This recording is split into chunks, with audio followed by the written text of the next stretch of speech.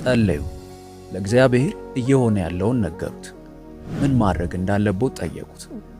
ከዚያም ምንም ነገር የለም፣ ድምፅ የለም፣ ድንቅ ምልክትም የለም። በአእምሮ ውስጥ እግዚአብሔር እንድታደርጉት የምፈልገው ይህንን ነው የሚል ድምፅ አልሰሙም። ስለዚህ ደጋግመው ጸለዩ። በመጨረሻም ማሰብ ጀመሩ። ብቻዬን እያወራሁ ያለው የሚመስለኝ ለምንድን ነው? ነገር ግን ችግሩ እግዚአብሔር ቀድሞውኑ ሳይናገር ቀርቶ ቢሆንስ?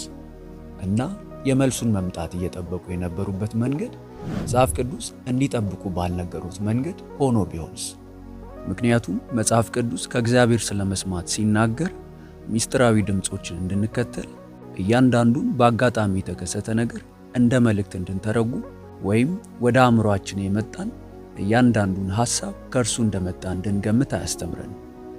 በእርግጥ ኢየሱስ በዮሐንስ ወንጌል ምዕራፍ 10 ቁጥር 27 ላይ ከዚህ የበለጠ ነገርን ተናግሯል። በጎቼ ድምፄን ይሰማሉ፣ እኔም አውቃቸዋለሁ፣ ይከተሉኝማል። ኢየሱስ ድምፁን ከግንኙነት ከማወቅና ከመከተል ጋር እንዴት እንዳገናኘው አስተውል። ታዲያ ይህ እንዴት ነው የሚሰራው? በክፍሉ ውስጥ ተቀምጠው ከእግዚአብሔር መመሪያ ሲጠይቁ የእርሱን ምላሽ እንዴት ማወቅ ይችላሉ? የእርሱን መሪነት ከራሱ ስሜቶች፣ ፍርሃቶች ወይም ምኞቶች ጋር ሳያደናግሩ። በዚህ ቪዲዮ የምንፈታው ይህንን። እንደተለመደው ቪዲዮውን ላይክ አድርገው በመጀመር አብረውን ያገልግሉ። ለቻናሉ አዲስ ከሆኑ ደግሞ ሰብስክራይብ በማድረግ ቤተሰብ ይሁኑ። አሁን በቀጥታ ወደ መልእክቱ እንለፍ። የመጀመሪያው ስህተት እግዚአብሔር እርሶ እንዳሰቡት አይነት ድምፅ እንዲኖረው መጠበቆ ነው። በመጽሐፍ ቅዱስ ውስጥ ይህንን አይነት ስህተት የሰራ አንድ ብላቴና አለ።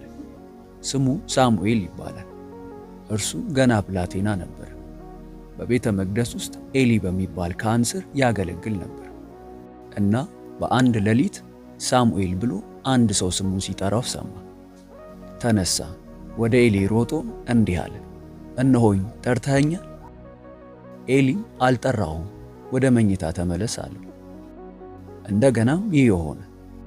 አሁንም ተመሳሳይ ነገር ሆነ እና ለሶስተኛ ጊዜ። በመጨረሻም ኤሊ ምን እየተከናወነ እንዳለ ተረዳ። የጠራው እርሱ እንዳልሆነና እግዚአብሔር እንደነበር። እናም ሳሙኤል ድምፁን ገና አላወቀም ነበር። ቃሉ በግልጽ እንደሚነግረን ሳሙኤል ገና ጌታን አላወቀውም ነበርና። ስለዚህ ኤሊ አንድ ትእዛዝ ሰጠው። ሄደህ ተኛ፣ ቢጠራህም አቤቱ ባሪያ ይሰማልና ተናገር በለው አለው። የምንዘለው ክፍል በትክክል ይህንን ነው። ሳሙኤል ታማኝ ሳይሆን ቀርቶ አይደለም፣ ትኩረቱም ተበታትኖ አልነበረም። በቀላሉ ለዚህ የሚሆን ጆሮ ገና አልነበረው። የእግዚአብሔር ድምፅ ልክ እንደ አንድ ሰው ድምፅ ከፍ ያለ ግልጽ ያልሆነና ራሱን የሚያስተዋውቅ ሆኖ እንዲመጣ እየጠበቁ ከሆነ ሳሙኤል እንዳደረገው በትክክል እርሶም እያደረጉ ሊሆን ይችላል። ራሱን የሚያስተዋውቀውን ድምፅ መፈለግ ያቁሙ። አሁን እያወራ ያለውን ድምፅ ማወቁን ይማሩ። ታዲያ ይህ የሚጮህ ድምፅ ካልሆነ እንዴት ልታውቁ ትችላላችሁ? እግዚአብሔር አስቀድሞ የተናገረውን ቀዳሚውን ቋንቋ የተጻፈውን ቃሉን በመማር። መዝሙር 119 ቁጥር 105 እንዲህ ይላል፣ ሕግ ለእግሬ መብራት ለመንገዴ ብርሃን ነው። እስካሁን በመልእክቱ እየተባረኩ ከሆነ እባክዎን አንድ አፍታ ይውሰዱና ይህንን ያደርጉ። ቪዲዮውን ላይክ ያደርጉ። ቃሉን በቀጣይነት ተደራሽ እንድናደርግ ይጠቅመናልና። መልእክቱ ይቀጥላል። እንዲህ ያስቡት። አንድ ወዳጁ ስለ ሕይወቱ፣ ስለ ሥራው፣ ስለ ግንኙነቱና ስለ ስብዕናው የሚፈልጉትን ረጅም ዝርዝር ደብዳቤ አስቀድሞ ጽፎሎታል እንበል እና እሱን ከመክፈት ይልቅ ክፍሉ ውስጥ ተቀምጠው እባክህ ምን ማድረግ እንዳለብኝ ንገረኝ ይላሉ። ይህንን ከመጽሐፍ ቅዱስ ጋር ሁል ጊዜ እናደርጋለን። አስቀድሞ ከተላከ ደብዳቤ ይልቅ እንደ ታሪክ መጽሐፍ እንይዘዋለን።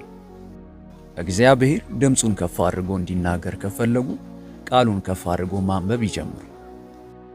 ታዲያ አንድ ጥንታዊ ደብዳቤ ከእርሶ ማክሰኞ ከሰዓት ጋር እንዴት ተዛማጅነት ይኖረዋል? ይህ የመንፈስ ቅዱስ ሥራ ነው። ኢየሱስ ይህንን በቀጥታ ተናግሯል። በዮሐንስ ወንጌል ምዕራፍ 14 ቁጥር 26 ላይ እንዲህ አለ፣ አብ በስሜ የሚልከው ግን መንፈስ ቅዱስ የሆነው አጽናኝ እርሱ ሁሉን ያስተምራችኋል፣ እኔም የነገርኳችሁን ሁሉ ያሳስባችኋል። ይህንን ያስተውሉ፣ ያሳስባችኋል። አዲስ መረጃ አይደለም፣ በትክክለኛው ሰከንድ ውስጥ የገባ ማስታወሻ ነው። በጴጥሮስ ሕይወት ውስጥ ይህንን እናያለን። ኢየሱስን እንደማያውቅ 3 ጊዜ ከካደ በኋላ ዶሮ ጮኸ። ሉቃስም እንደሚነግረን ኢየሱስ ዞር ብሎ ጴጥሮስን አየው። ጴጥሮስም የጌታን ቃል አስታወሰ። አንድ ድምፅ፣ ልክ በትክክለኛው ሰዓት የመጣ አንድ ትዝታ ነው። ጴጥሮስም አለቀሰ። ነገር ግን ያ ማስታወስ የእርሱ መታደስ መጀመሪያም ነበር። ስርዓቱ ይህ ነው። መንፈስ ቅዱስ አብዛኛውን ጊዜ አዲስ ነገር አይናገርም። ትክክለኛውን እውነት በትክክለኛ ሰዓት መልሶ ያመጣዋል። ያ ስሜት ከእግዚአብሔር መሆኑንና መስማት የሚፈልጉት ብቻ እንዳልሆነ እንዴት ያውቃል? መጽሐፍ ቅዱስ ይህንን እንድንፈትን በእርግጥ ፈቃድ ይሰጣል። የራስዎን ስሜቶች በ3 ማጣሪያዎች መፈተሽ ይችላሉ። አንደኛ፣ ከመጽሐፍ ቅዱስ ጋር ይስማማል ወይ? እግዚአብሔር ከተጻፈው ቃሉ ጋር ወደሚቃረን ቦታ ፈጽሞ አይመራውትም። ሁለተኛ፣ ጥሩ ፍሬ ያፈራል። ገላትያ 5 የእግዚአብሔር መሪነት ፍቅርን፣ ደስታን፣ ሰላምን፣ ትዕግስትን እንጂ ስር የሰደደ ጭንቀትን ወይም እርግጠኛ አለመሆንን አያመጣም ይላል። ምሳሌ ብዙ መካሪዎች ባሉበት ደህንነት አለ ይላል። በዙሪያው ያሉ በመንፈስ የበረቱ ሰዎች ይህ መጥፎ ሐሳብ ነው ካሉ እዚያ ላይ ማቆም ተገቢ ነው። የመጨረሻው ወጥመድ ይህ ነው። የመጀመሪያውን እርምጃ ከመታዘዘው በፊት እግዚአብሔር ከደረጃ 10 እስከ 20 እንዲገልጽልዎ መፈለግ። የኢየሱስን የመጀመሪያ ተአምር ያስቡ። በቃና ዘገሊላ በሰርግ ግብዣ ላይ አገልጋዮቹን ጋኖቹን በውሃ እንዲሞሏቸው ነገራቸው። ከዚያም የተወሰነ ቀርተው ለድግሱ አለቃ እንዲወስዱ ነገራቸው። እስካሁን ወይን የሚባል ነገር አላዩ፣ ውሃ ብቻ ነው። በእርምጃቸው መሃል ነበር በመታዘዛቸው መሃል ወደ ወይን የሚቀየረው። ተአምሮ የተከናወነው በእንቅስቃሴ ላይ ነው እንጂ ከዚያ በፊት አይደለም። ዛሬ ትንሽዬዋን ነገር ይታዘዙ። እርሶ ሲያደርጉት የሚቀጥለው ገጽ ይከፈታል። ከፊት ለፊቶ ያለውን ግልጽ ነገር ከመታዘዞ በፊት አጠቃላይ ግልጽነትን የሚጠብቁ ከሆነ ተጣብቀው ይቀራሉ።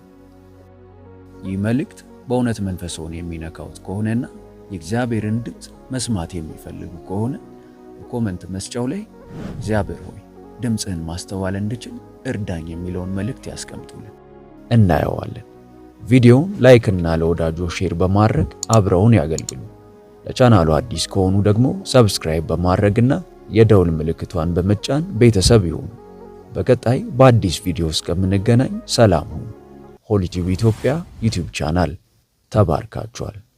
በይበልጥ በመንፈሳዊ ሕይወቶ እጅግ የሚበረቱባቸውና መንፈሳዊ ረሃቡን የሚጨምሩ ትምህርቶች እንዲሁም የጸሎት አገልግሎት በየቀኑ እንዲደርሱ ሰርቫንት መልካሙ ሙሉጌታ በማለት የፌስቡክ እንዲሁም የቲክቶክ አካውንታችንን እንዲሁም ሆሊ ቲዩብ ኢትዮጵያ ብለው ሰርች በማድረግ የቴሌግራም ቻናላችንን ይቀላቀሉ። ተባርካችኋል።